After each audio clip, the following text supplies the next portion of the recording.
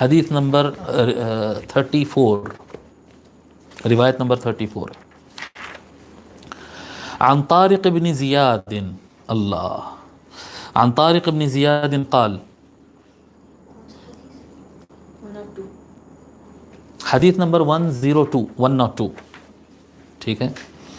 عن طارق بن زیاد رضی اللہ عنہ قال خرجنا مع علی رضی اللہ عنہ الى الخوارج فقتلهم ثم قال انظروا فإن نبي الله صلى الله عليه وآله وسلم قال إنه سيخرج قوم يتكلمون بالحق لا يجاوز حلقهم أو حلوقهم يخرجون من الحق كما يخرج السهم من الرمية. الحديث رواہ النسائی و احمد. ابھی جو میں حدیث شریف پڑھا ہوں اس کی تیسری لائن پہ آپ آئیے جی. تیسری لائن قوم یتکلمون بالحق لا یجاوز حلقہم لکھا ہوا دیکھیں آپ. سبھی کو مل گیا نا؟ آپ کو مل گیا؟ تیسری لائن میں، حدیث کی تیسری لائن میں قوم یتکلمون بالحق لا یجاوز حلقہم، یہ حلقہم کے لفظ کو آپ حلوقہم لکھ دیجئے. میں بتا دیتا ہوں، ہے لام واو قاف ہے میم، پھر بول رہا ہوں، ہے لام واو قاف ہے میم حلوقہم. اس کو تھوڑا یہ کیا ہے، مس ٹائپنگ ہے، یہ مس پرنٹنگ ہے. یہ لا یجاوز حلقہم نہیں ہے، لا یجاوز حلوقہم، ہے لام واو قاف ہے میم لا یجاوز حلوقہم. ٹھیک ہے. حضرت طارق بن زیاد یہ نئی شخصیت ہے، ان کے بارے میں لکھتے ہیں. طارق بن زیاد، آپ سے میں سمجھتا ہوں بہت سارے لوگ ان کو جانتے ہیں. طارق بن زیاد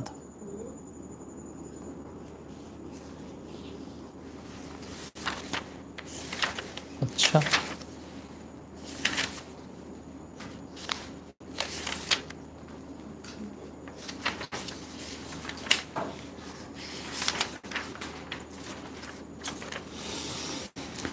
طارق بن زیاد رضی اللہ عنہ جو ہیں، ان کا نام ہے ابو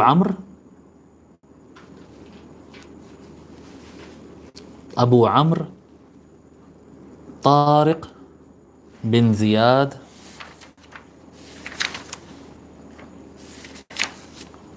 الجشمی الکوفی. ابو عمرو طارق بن زیاد الجشمی الکوفی.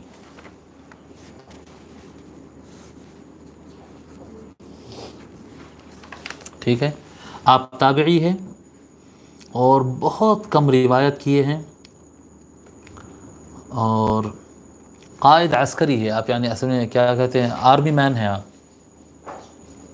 ملٹری مین، آرمی مین کے ہیں آپ. بہت زبردست جو ہے قائد رہے ہیں میدان جنگ کے اندر.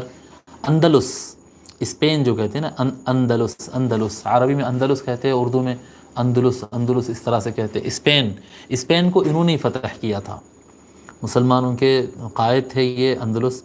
اور کیا کہتے ہیں، بنو امیہ کے یہ مروان بن حکم کا بیٹا بادشاہ بنا تھا، عبد الملک بن مروان اور اس کا بیٹا سلیمان بن عبد الملک. یہ مروان بن حکم یہ بدماشوں کے جانشین آئیے.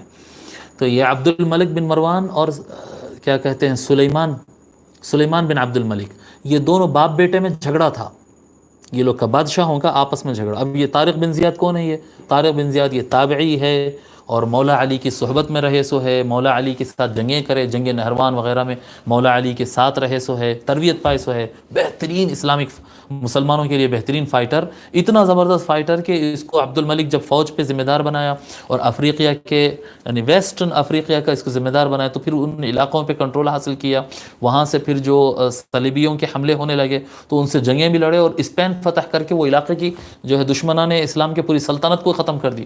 اتنے زبردست ان کے واقعات ہے.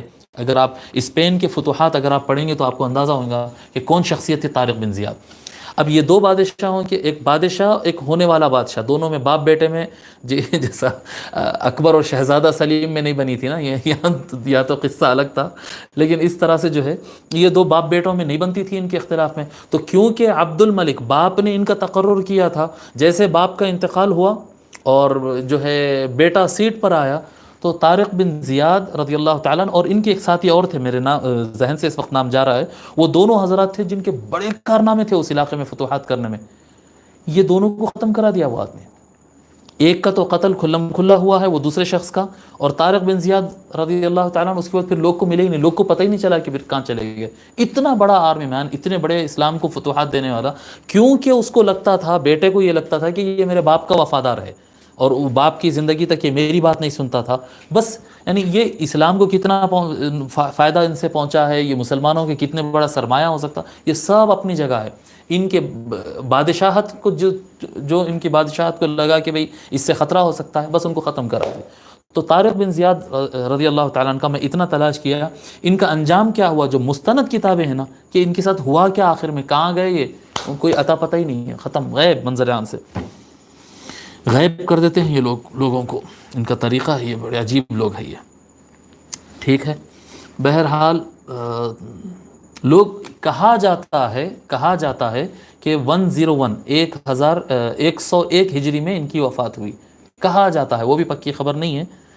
جب وہی سال ہے جب سلیمان بن عبد الملک سیٹ پر آیا تھا نا، وہ اسی سال کی بات ہے، بس وہ اس زمانے میں ان کی وفات ہو گئی، اس طرح سے کہا جاتا ہے. حضرت طارق بن زیاد رضی اللہ تعالیٰ روایت فرماتے ہیں، کہتے ہیں کہ خرجنا مع علی الی الخوارج، ہم علی کے ساتھ خوارج سے لڑنے کے لیے، جنگ نہروان کے لیے نکل پڑے. فقتلہم، تو مولا علی جو ہے ان کو قتل کر دیا، ان کو ختم کر دیا.